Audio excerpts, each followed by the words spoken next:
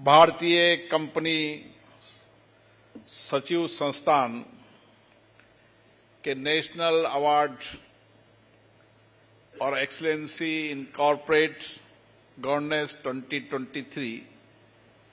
पुरस्कार वितरण समारोह में आईसीएसआई संस्थान के अध्यक्ष मनीष गुप्ता जी,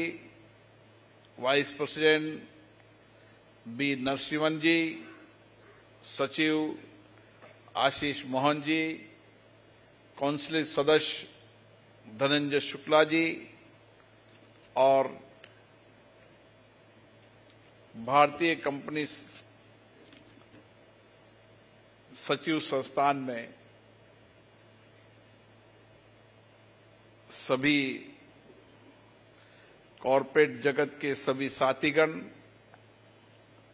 आईसीआई के सभी सदस्यगण, गवर्नर काउंसिल के सदस्यगण,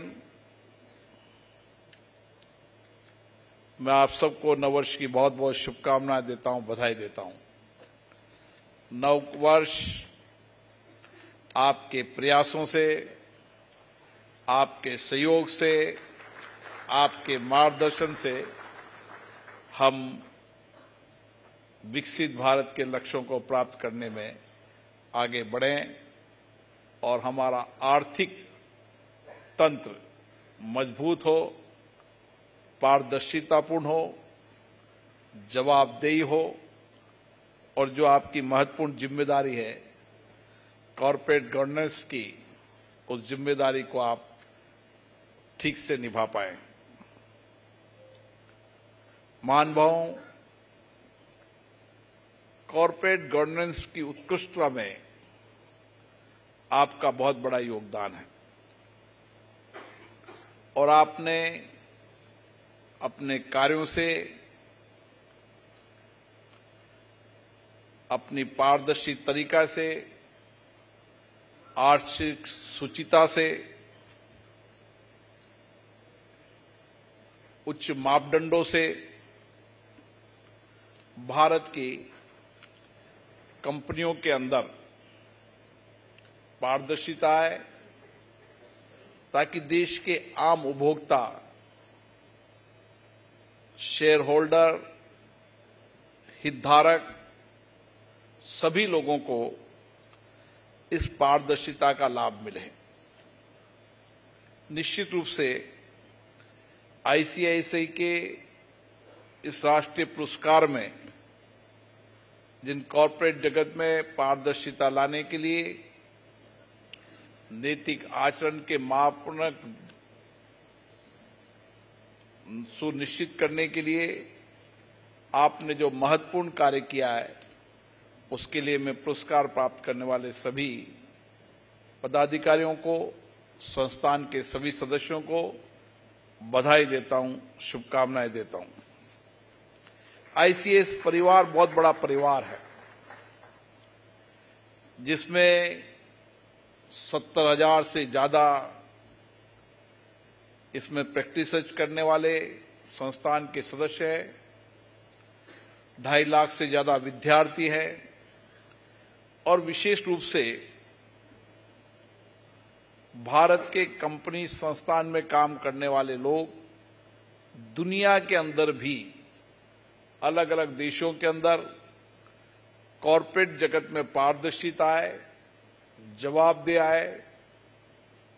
शुचिता आए, इसके लिए दुनिया के कई देशों के अंदर भी काम कर रहे हैं और इसलिए ये परिवार अब राष्ट्रीय नहीं, अंतर्राष्ट्रीय स्तर का परिवार हो चुका है। मुझे पता है कि जब भी मैं विदेश में जाता हूं तो हमारे चाहे सीईओ हो, चाहे कंपनी सेक्रेटरी हो, इन लोगों का वहां के आर्थिक बदलाव में बहुत बड़ा योगदान है और कई संस्थाओं के अंदर तो वहां की महत्वपूर्ण पदों पर उस कंपनी को संचालित करने में उनका योगदान है और उनके प्रयासों से कंपनी में आर्थिक शुचिता तो आई है, पारदर्शिता भी आई है, लेकिन उनके प्रोफेशनल तरीके के कारण उस कंपनी को प्रॉफिट में लाने में भी उनका बहुत बड़ा योगदान है। और इसीलिए इस संस्थान की पहचान अंतर्राष्ट्रीय स्तर पर है और इसके साथ साथ इसकी महत्वपूर्ण भूमिका भी आज पूरे देश में नहीं, पूरे विश्व के अंदर है। कंपनियों के अंदर अभी कई पेचीदगियां हैं, कानूनों में परिवर्तन होता रहता है, रूल्स में परिवर्तन होता रहता है। समय समय पर मैं अभी मनीष जी से कह रहा था, जब कानून में परिवर्तन हो तो हमारे संस्थान का ये कंट्रीब्यूशन होना चाहिए कि लोकतांत्रिक संस्थाओं में चुने हुए जनप्रतिनिधि को हम समय पर होने वाले मार्गदर्शन के अंदर सहयोग की भूमिका निभाएं। हर एक्ट में जो परिवर्तन होता है या नया एक्ट लाते हैं, नया कानून लाते हैं, उस समय जनप्रतिनिधि हर क्षेत्र में एक्सपर्ट नहीं होते। उस समय आप जैसे एक्सपर्ट लोगों की आवश्यकता है। अगर आप एक्सपर्ट लोग जनप्रतिनिधियों को सहयोग करो, उनकी कैपेसिटी बिल्डिंग करने में सहयोग करें और किस कानून के अंदर क्या पक्ष है, क्या उसका लंबे समय देश को, कंपनियों को सुचिता लाने में लाभ होगा और भारत के आर्थिक तंत्र को भी मजबूत कर पाएंगे, तो उस एक्ट के अंदर, उस कानून बनते समय अगर संसद और विधानसभाओं में तर्क के साथ डिबेट होगी, चर्चा होगी, तो बेहतर परिणाम आएंगे। कई बार सरकार कानून लाती है, कानून नौकरशाहों के द्वारा तैयार किया जाता है, लेकिन लेजिस्लेटिव ड्राफ्टिंग करते समय जो ब्यूरोक्रेटिक सिस्टम के लोग हैं वो बहुत अनुभवी नहीं होते और लेजिस्लेटिव ड्राफ्टिंग के समय अगर एक कमी रह जाती है तो उसका बहुत लंबे समय तक प्रभाव पड़ता है। और इसीलिए मैं संसद में देखता हूं कि जब चर्चा हो तो विशेष रूप से जनप्रतिनिधि उस एक्ट को, उस कानून के अंदर जो कुछ भी धाराएं लाई जा रही है या बदलाव किया जा रहा है, हर सरकार की मंशा रहती है कि कानून पारदर्शितापूर्ण हो, कानून जवाबदेही हो, कानून के माध्यम से आर्थिक सुचिता आए, हितधारकों का हित संरक्षण रहे और आर्थिक तंत्र भी हमारा तेजी से बढ़े। सरकार का यह प्रयास रहता है कि हम आर्थिक तंत्र को कैसे मजबूत और सुव्यवस्थित कर सकते हैं। कानून के दायरे में लाते हुए हम किस तरीके से हमारी आर्थिक गतिविधियों को, जो बढ़ती अर्थव्यवस्था को और तेजी से ला सके, ताकि अंतर्राष्ट्रीय स्तर पर भारत की प्रतिष्ठा बनी रहे और भारत की कंपनियों की प्रतिष्ठा बनी रहे। और इसलिए जब भारत की कंपनियों की प्रतिष्ठा बनी रहेगी, उसमें पारदर्शिता होगी, जवाबदेही होगी, सुचिता होगी, हितधारकों का अधिकार संरक्षण होगा, तो जितनी भी मल्टीनेशनल कंपनियां हैं उसमें अन्य देशों के लोग भी आर्थिक रूप से उसमें अपना हिस्सेदारी लेने का काम करेंगे, ताकि उनको पता होगा कि जो कंपनियों में मैं निवेश कर रहा हूं, मेरा निवेश, मेरा धन सुरक्षित है और ये कंपनी की आर्थिक स्थिति जैसी बताई जा रही है वैसी आर्थिक स्थिति है। इसलिए कानून बनते समय आपके संस्थान को विशेष रूप से, जब भी कानून बने और कानून बनते समय जब प्रचलित कानून को, जब आजकल तो कंप्यूटर आईटी का जमाना है, टेक्नोलॉजी का जमाना है, तो कानून की ड्राफ्टिंग को सबसे पहले जनता में प्रचलित करने के लिए डाला जाता है। उस समय हमारा प्रयास होना चाहिए कि उसमें हम सकारात्मक सहयोग दें, सकारात्मक मार्गदर्शन करें, ताकि बेहतरीन कानून बन सके। मैं कई बार देखता हूं कि कानून बनने के बाद कुछ दिनों बाद उसमें वापस संशोधन लाना पड़ता है, और इसलिए कोई कानून बनाते समय जितनी डिबेट होगी, चर्चा होगी, उतना ही बेहतरीन कानून बनेगा। इसलिए हमारे लोकतंत्र में मेरा मानना है कि हर कानून बनाते समय व्यापक चर्चा होनी चाहिए, संवाद होनी चाहिए, डिबेट होनी चाहिए और विशेष रूप से जो हमारे माननीय सदस्य हैं वो कानून को समझकर तर्क संगत तरीके से डिबेट चर्चा करें। इसके लिए आपके सहयोग की मैं मानता हूं आवश्यकता है। आज दुनिया के अंदर भारत तेजी से बढ़ती अर्थव्यवस्था है और लोगों का विश्वास देश के अंदर इस बढ़ती व्यवस्था में और विश्वास जमा है।